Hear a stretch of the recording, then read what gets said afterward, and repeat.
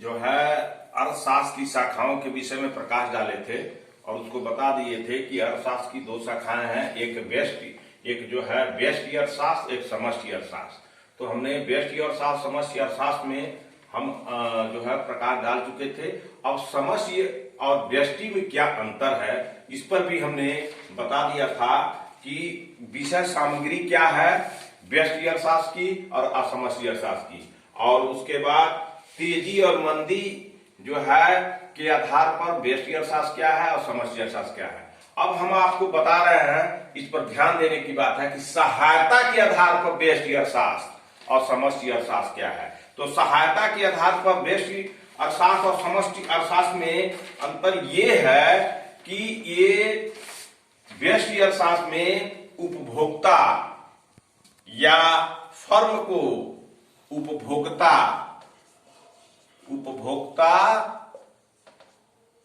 या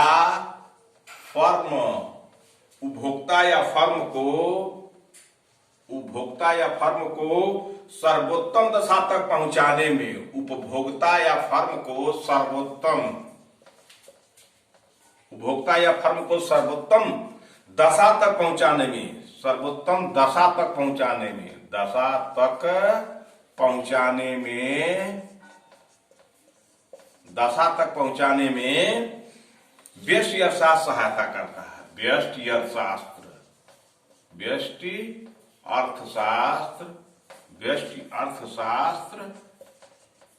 सहायता करता है। यानी कहने का मतलब है व्यष्टि अर्थशास्त्र सहायता के आधार पर अंतर है कि यह केवल उपभोक्ता या फर्म को ही सर्वोत्तम दशा तक पहुंचाता है। तो ये है व्यष्टि अर्थशास्त्र का सहायता के आधार पर। अब सहायता के आधार पर समष्टि अर्थशास्त्र क्या है? ये समष्टि अर्थशास्त्र का क्षेत्र समष्टि अर्थशास्त्र राष्ट्रीय आय, पूर्ण रोजगार,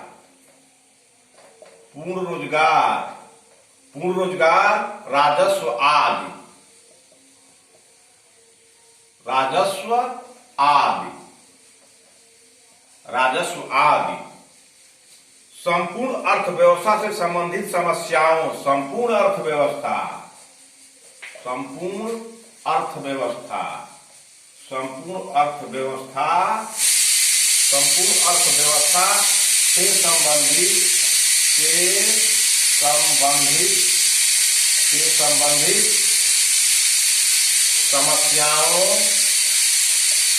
से संबंधित समस्याओं के विश्लेषण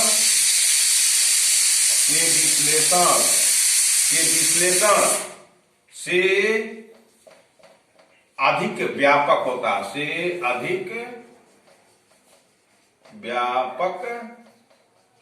होता है। यानी कहने का मतलब है सहायता, व्यष्टि अर्थशास्त्र वह अर्थशास्त्र है जो केवल खास व्यक्तियों, खास फर्मों और उपभोक्ता की दशा तो केवल अच्छा पोजीशन में पहुंचाता है। यही है व्यष्टि अर्थशास्त्र का काम, ठीक है। और समष्टि अर्थशास्त्र का काम है राष्ट्रीय आय, नेशनल इनकम, और राष्ट्र में पूर्ण रोजगार, पूर्ण और रेवेन्यू आज संपूर्ण अर्थ जो व्यवस्था से संबंधित जो समस्या होती है, पूर्ण रोजगार से संबंधित समस्या, राष्ट्रीय आय से संबंधित समस्या और राजस्व से संबंधित समस्याओं का विश्लेषण से अधिक व्यापक होता है। ये इन पर विचार करता है। तो सहायता के आधार पर आप समझ गए कि व्यष्टि अर्थशास्त्र का काम ये है और समष्टि अर्थशास्त्र का काम ये है। अब आइए जो है सीमा के आधार पर,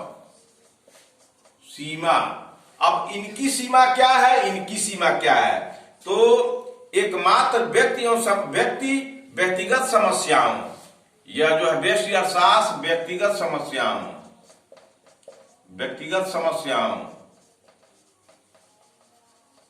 समस्याओं का ही समाधान प्रस्तुत करता है। व्यक्तिगत समस्याओं का ही समाधान प्रस्तुत करता है। ये व्यष्टि अर्थशास्त्र का काम है। सीमा, इसकी सीमा इतनी ही है किसी भी चीज की सीमा होती है। जैसे मान लीजिए कि जो है यहां से और मतलब किसी भी गाड़ी से आप कहीं जा रहे हैं तो उस गाड़ी का जो है एवरेज होता है, तो गाड़ी का एक सीमा, जहां तक एवरेज होता है वही उसकी सीमा हो गई। तो उसी तरह से इसकी सीमा है, सीमा के आधार पर। तो ये सीमा इसकी यही है कि केवल व्यक्ति की समस्याओं का ही समाधान प्रस्तुत करता है, और सीमा के आधार पर जो है ये समष्टि अर्थशास्त्र जो है ये इसका जो क्षेत्र है जो है राष्ट्रीय स्तर पर,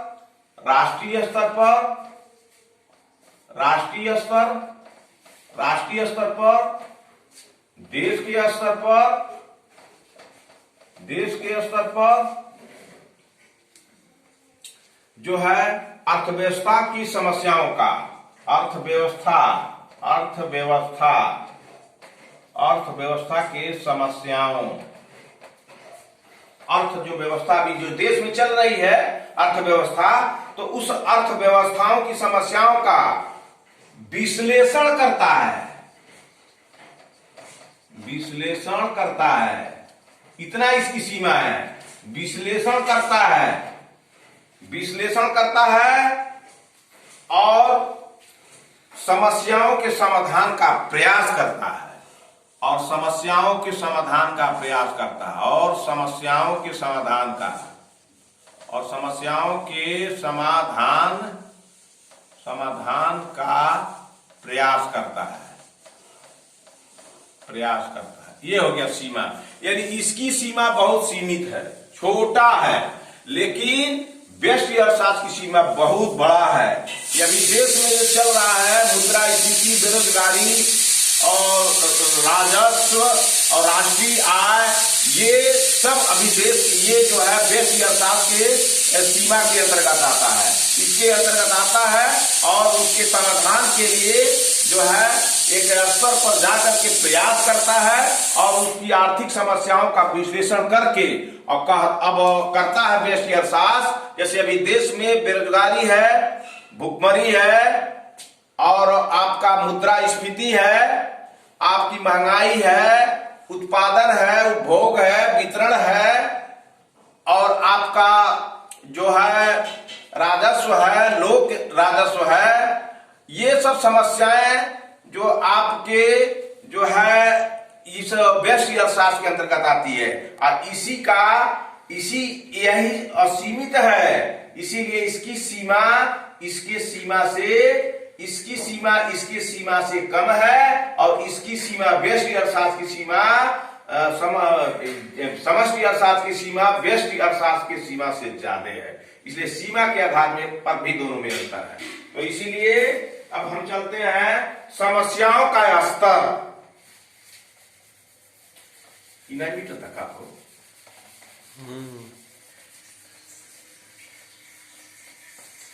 सही में कुछ डाल दीजिए पानी में।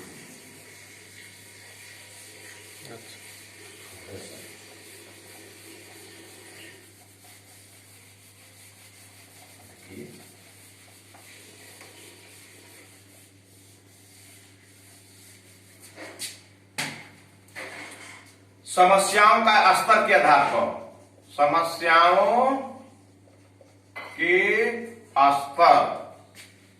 समस्याओं के स्तर, तो व्यष्टि अर्थशास्त्र के सामने जो है एकमात्र व्यक्तिगत समस्या का ही समाधान प्रस्तुत करता है।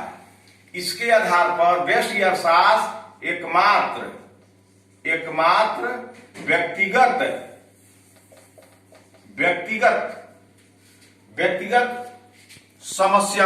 व्यक्तिगत समस्याओं का ही समाधान करता है, व्यक्तिगत समस्याओं का ही समाधान करता है।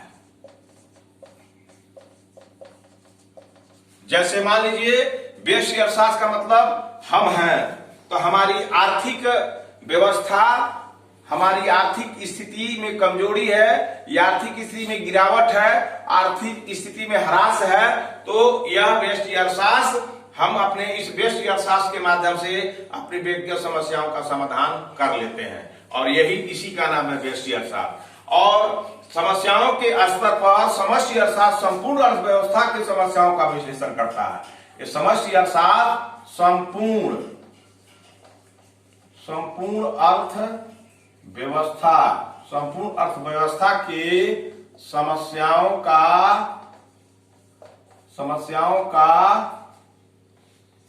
संपूर्ण अर्थव्यवस्था के समस्याओं का विश्लेषण करता है, साथ ही साथ समाधान प्रस्तुत करता है तथा समाधान प्रस्तुत करता है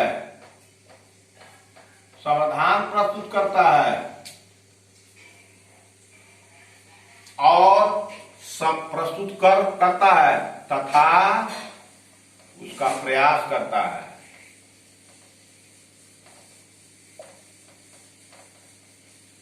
जैसे अभी व्यष्टि अर्थशास्त्र की अभी देश में जितनी समस्याएं हैं, अर्थ से संबंधित, मुद्रा से संबंधित, आय से संबंधित, बेरोजगारी से संबंधित, मुद्रास्फीति से संबंधित, गरीबी से संबंधित, बेरोजगारी से संबंधित सारी समस्याओं का विश्लेषण यही समष्टि अर्थशास्त्र करता है और उस विश्लेषण करने के बाद उसको समाधान प्रस्तुत करता है कि कैसे होगा। तभी देश के सामने है सारी समस्या, तो यह व्यष्टि अर्थशास्त्र के अंतर्गत आता है। तो इसमें जितने हमारे जो है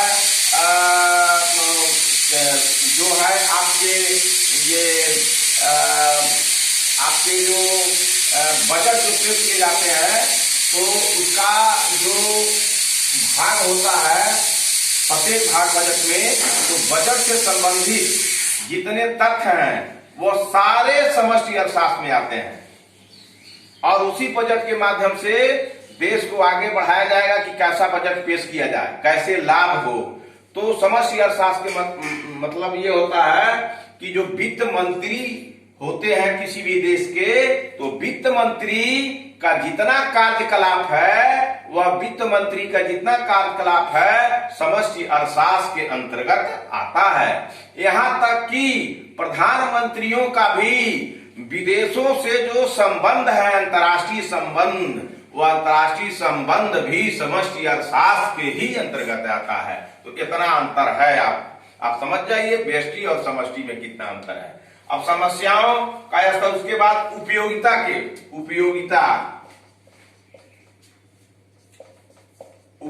के आधार पर दोनों में अंतर हम लोग अब जानेंगे।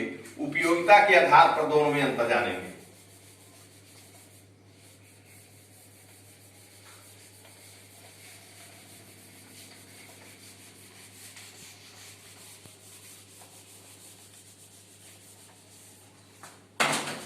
उपयोगिता के स्तर पर हम दोनों में जो है हम जानेंगे। व्यष्टि अर्थशास्त्र के एक व्यष्टि अर्थशास्त्र के से पता चलता है कि एक स्थान विशेष के लिए उपयोगी है। यह उपयोगिता के आधार पर व्यष्टि अर्थशास्त्र मात्र एक स्थान विशेष के लिए उपयोगी है। एक स्थान विशेष के लिए उपयोगी है। ये समझ में आ गया? यही व्यष्टि अर्थशास्त्र है उपयोगिता के दृष्टिकोण से। मैं हूं, आप हैं, ये हैं, और चाहे और कोई भी व्यक्ति हो, तो कोई एक स्थान पर अपना आर्थिक कारोबार कर रहे हैं, तो वह व्यष्टि अर्थशास्त्र केवल उसी का काम करता है। उसी के आधार पर वो अपना काम करना, घाटा मुनाफा अपना एक स्थान, निजी स्थान से संबंधित है, पूरे देश पूरे राष्ट्र के लिए नहीं है। तो या और समष्टि अर्थशास्त्र की अंतरराष्ट्रीय उपयोगिता है। इसका जो है समष्टि अर्थशास्त्र का अंतरराष्ट्रीय उपयोगिता है, अंतरराष्ट्रीय उपयोगिता है। इतना अंतर है। अब समझ जाइए, समष्टि अर्थशास्त्र यानी वित्त मंत्री जो है ऐसा अपने विभाग को चलाए जिससे उसके जो मुद्रा से संबंधित जितने अवयव हैं, सब अवयव राष्ट्र हित को देखते हुए अंतर्राष्ट्रीय लेवल पर भी अपने अर्थव्यवस्था को ठीक करे। यही उपयोगिता के दृष्टिकोण से समष्टि अर्थशास्त्र और व्यष्टि अर्थशास्त्र में अंतर है। ठीक, तो ये विशेष किसी एक स्थान के लिए उपयोगी है और ये अंतर्राष्ट्रीय लेवल पर इसकी उपयोगिता है। अब आइए महत्व की दृष्टिकोण से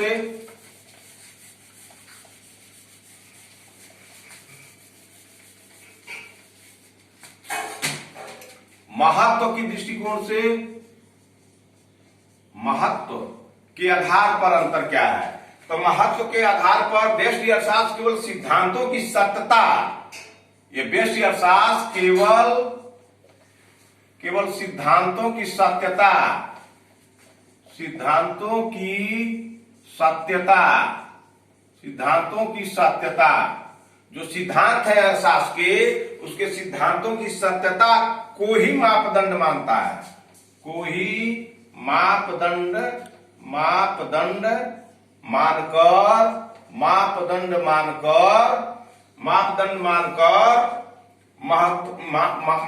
मानकर अपना कार्य करता है, केवल सिद्धांत पर चलता है। लेकिन समष्टि अर्थशास्त्र संरचना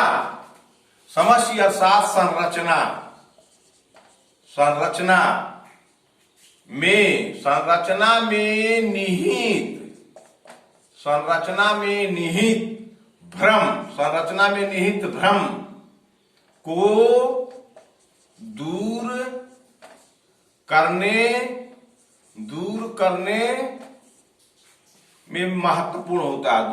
में महत्वपूर्ण होता है। देखिए, अब हम आपको बता दें, अर्थशास्त्र के जो सिद्धांत है उसी सिद्धांत पर इसका महत्व है। किसका? व्यष्टि अर्थशास्त्र का। लेकिन समष्टि अर्थशास्त्र का महत्व यह है, संरचना में निहित जो भ्रम है उसको दूर करने में महत्वपूर्ण होता है। जैसे भारत का उदाहरण लीजिए, अभी भारत की जो इकोनॉमी है, जो अभी आंदोलन चल रहे हैं, तो इसमें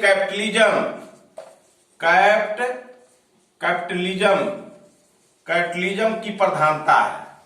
ठीक है, यहां सोशलिज्म की बात हो रही है कि पब्लिक सेक्टर खत्म किए जा रहे हैं और प्राइवेट सेक्टर को बढ़ावा दिया जा रहा है।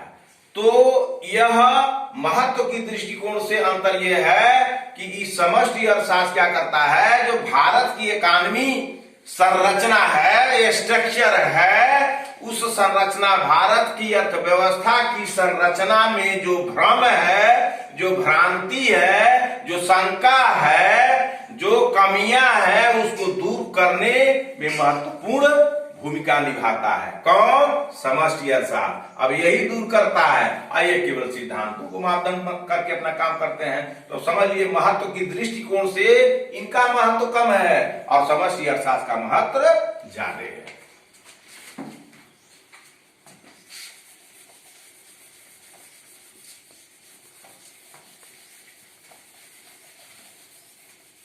अब आइए विश्लेषण के आधार पर, विश्लेषण व्यष्टि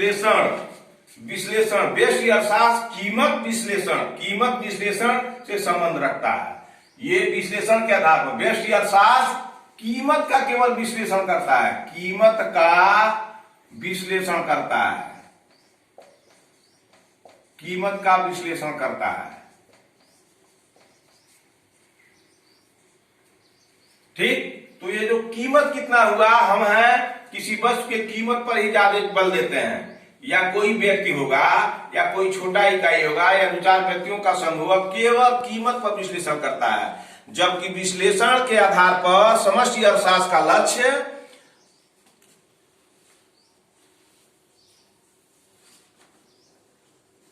समष्टि अर्थशास्त्र का लक्ष्य समष्टि अर्थशास्त्र का लक्ष्य जो है समष्टि अर्थशास्त्र का लक्ष्य जो है आय का विश्लेषण, आय का विश्लेषण करना है, आय का विश्लेषण करना है।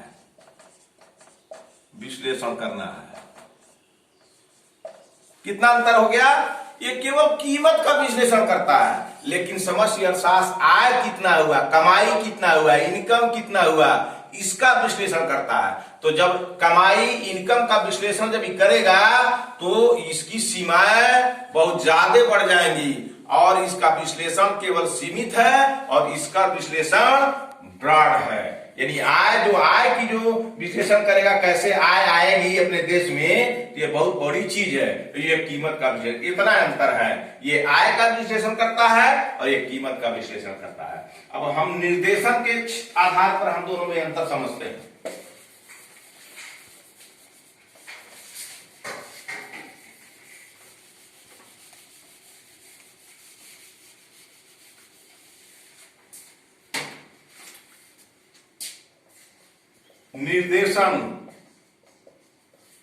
निर्देशन के आधार पर दोनों में क्या अंतर है? व्यष्टि अर्थशास्त्र और समष्टि अर्थशास्त्र में निर्देशन, व्यष्टि अर्थशास्त्र व्यक्तिगत कीमत, व्यष्टि अर्थशास्त्र व्यक्तिगत कीमत,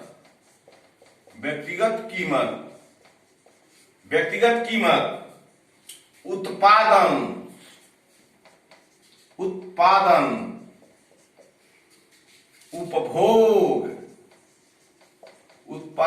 उपभोग, आदि की ओर निर्देश देता है, आदि की ओर निर्देश देता है,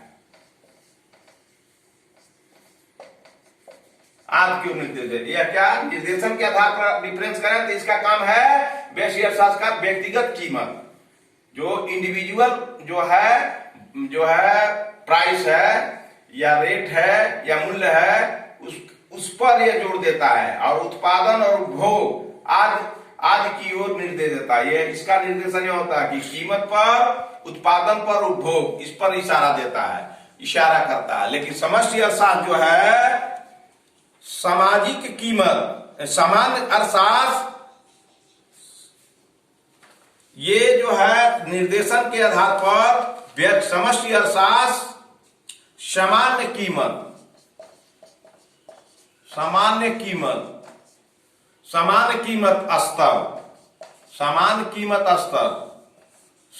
कीमत, संपूर्ण अर्थव्यवस्था की ओर निर्देश देता है। सामान्य कीमत स्तर, राष्ट्रीय आय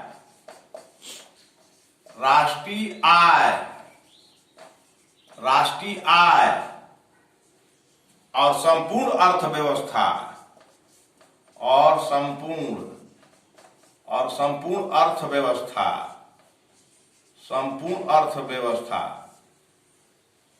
की ओर निर्देश देता है, की ओर निर्देश देता है। किसकी ओर निर्देश देता है? कहता है सामान्य कीमत होनी चाहिए, सामान्य कीमत जो लेवल क्या है वह होनी चाहिए। राष्ट्र में आय क्या है, कैसे आएगी, और संपूर्ण अर्थव्यवस्था कैसे ठीक रहेगी, इसी के तरफ जो है निर्देशन देता है। तो इसका निर्देशन बहुत ब्रॉड लेवल पर है, इसका निर्देशन बहुत सीमित लोअर लेवल पर है। अब आइए निर्देशन के बाद समस्या व नीति के आधार पर।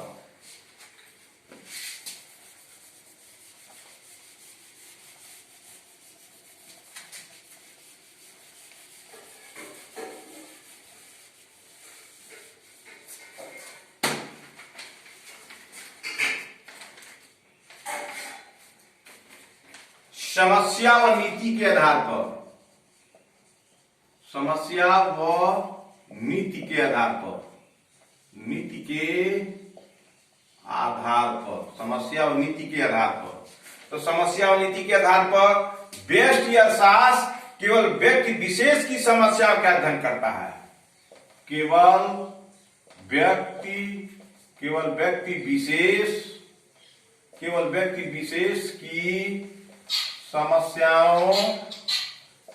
विशेष की समस्याओं का अध्ययन करता है, केवल व्यक्ति विशेष की समस्याओं का अध्ययन करता है और नीति की व्याख्या करने में सहयोग प्रदान करता है। व्यक्ति विशेष की समस्याओं का अध्ययन करता है, फलस्वरूप नीति फलस्वरूप नीति की व्याख्या करने में, फलस्वरूप नीति की व्याख्या करने में सहयोग प्रदान करता है, सहयोग प्रदान करता है। तो यानी व्यक्तिगत जो है, केवल व्यक्ति विशेष की जो समस्या आती है, अर्थ से संबंधित व्यक्ति विशेष की समस्या जो आती है, उसी समस्या का अध्ययन करता है। उसके बाद जो है को व्याख्या करने में सहयोग प्रदान करता है। फलस्वरूप जो है सब नीति बनाता है। ये समझ व्यक्ति कौन नीति अपनाए कि हमको फायदा हो, यानी केवल अपने विषय में सोचता है, छोटी इकाई के विषय में सोचता है। और समष्टि अर्थात संपूर्ण अर्थव्यवस्था की समस्याओं पर, समष्टि अर्थात संपूर्ण अर्थव्यवस्था, संपूर्ण अर्थव्यवस्था की समस्याओं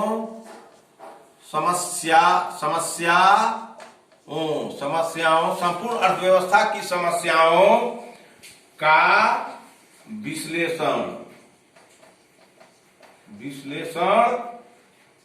कर, ये संपूर्ण अर्थव्यवस्था भारत में भी जो है इसका विश्लेषण करता है समष्टि अर्थशास्त्र। इसका यह कार्य है।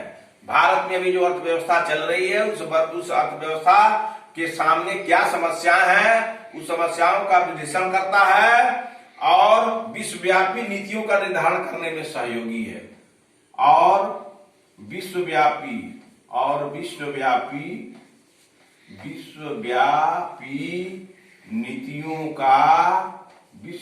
नीतियों का निर्धारण करने में सहयोग प्रदान करता है। यही तो है व्यष्टि अर्थशास्त्र और समष्टि अर्थशास्त्र। अर्थशास्त्र की शाखा दो है, एक व्यष्टि अर्थशास्त्र, एक समष्टि अर्थशास्त्र। और व्यष्टि अर्थशास्त्र केवल एक व्यक्ति और कुछ व्यक्तियों का समूह पर काम करता है आर्थिक दृष्टिकोण से। समष्टि अर्थशास्त्र पूरे सोसाइटी, पूरे देश, पूरे राष्ट्र के परिधि में रह करके ही अर्थव्यवस्था के क्षेत्र में काम करता है। तो यही अंतर के आधार हमने बता दिया।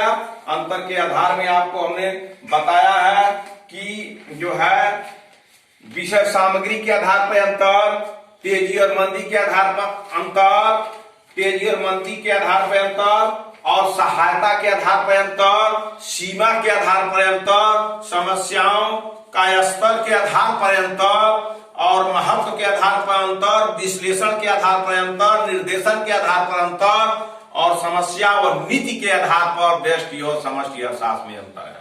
तो आज हम अपना जो है यही व्यष्टि अर्थशास्त्र, अर्थशास्त्र की शाखाओं तो और समष्टि अर्थशास्त्र दोनों शाखाएं हैं, इस पर हमने आपको फोकस डाला है। और इसको याद रखिएगा, छोटी छोटी चीजें बहुत बड़ा मायने रखती हैं। इसको समझिएगा तो आगे चल करके, जैसे मान लीजिए अभी उदाहरण के रूप में पूछ दे कि भारत में भारत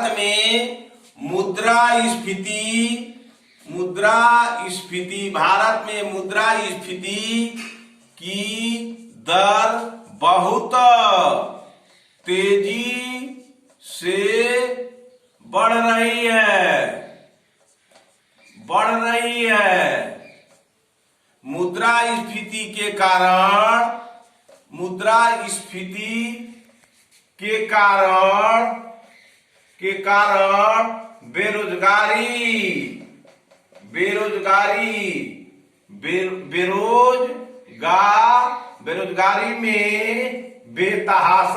बेरोजगारी में अत्यधिक वृद्धि हो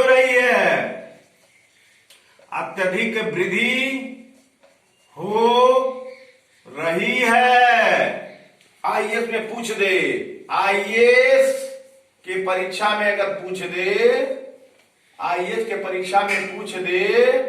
कि भारत में मुद्रास्फीति की दर बहुत तेजी से बढ़ रही है, मुद्रास्फीति के कारण बेरोजगारी में अत्यधिक वृद्धि हो रही है, इसके प्रमुख कारण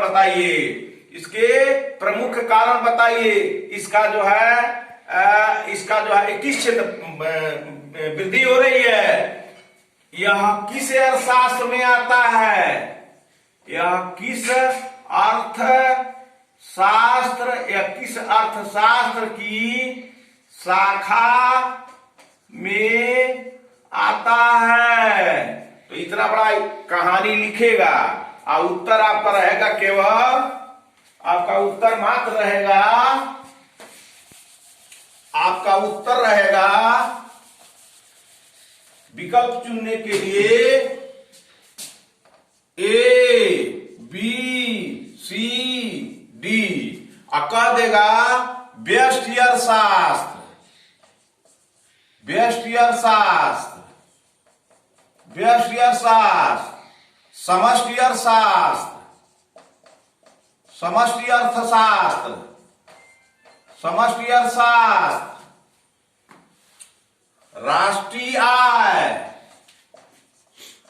राष्ट्रीय अर्थशास्त्र, राष्ट्रीय अर्थशास्त्र और विश्व अर्थशास्त्र, विश्व अर्थशास्त्र।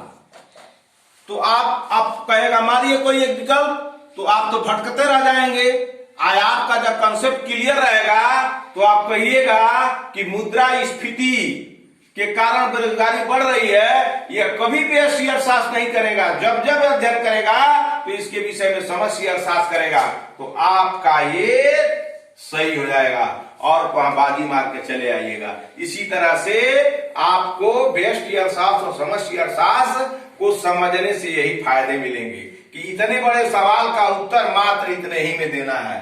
तो इतना बड़ा पढ़ते पढ़ते आपका दिमाग ठीक नहीं रहेगा, कहेगा अरे इतना बड़ा सवाल है। इसलिए आप पढ़े रहिएगा तो कहीं दिक्कत नहीं है कि ये समष्टि अर्थशास्त्र का दायरा है, समष्टि अर्थशास्त्र का जो है क्षेत्र है, समष्टि अर्थशास्त्र की सहायता है, समष्टि अर्थ का निर्देशन है, समष्टि अर्थशास्त्र का जो है आपका जो समस्या का वर्णिति है, समष्टि अर्थशास्त्र का जो है आपका सीमा है, समष्टि अर्थशास्त्र की समस्याओं का स्तर है, समष्टि अर्थशास्त्र की उपयोगिता है, समष्टि अर्थशास्त्र की सहायता है। ये जब समझे रहिएगा तो आपको लिखने में कहाँ दिक्कत है, तो आपको आईएएस बनने में कहाँ दिक्कत है। तो इसलिए आईएएस की परीक्षा में इस तरह से बड़े बड़े सवाल पूछे जाते हैं। तो अर्थशास्त्र के क्षेत्र में मैं आपको समष्टि अर्थशास्त्र और व्यष्टि अर्थशास्त्र में अंतर बता दिया। यहीं पर वीडियो मैं बंद करता हूं। अब अपना प्रखंड विकास पदाधिकारी के कार्यों में अभी से लगने जा रहा हूं। धन्यवाद।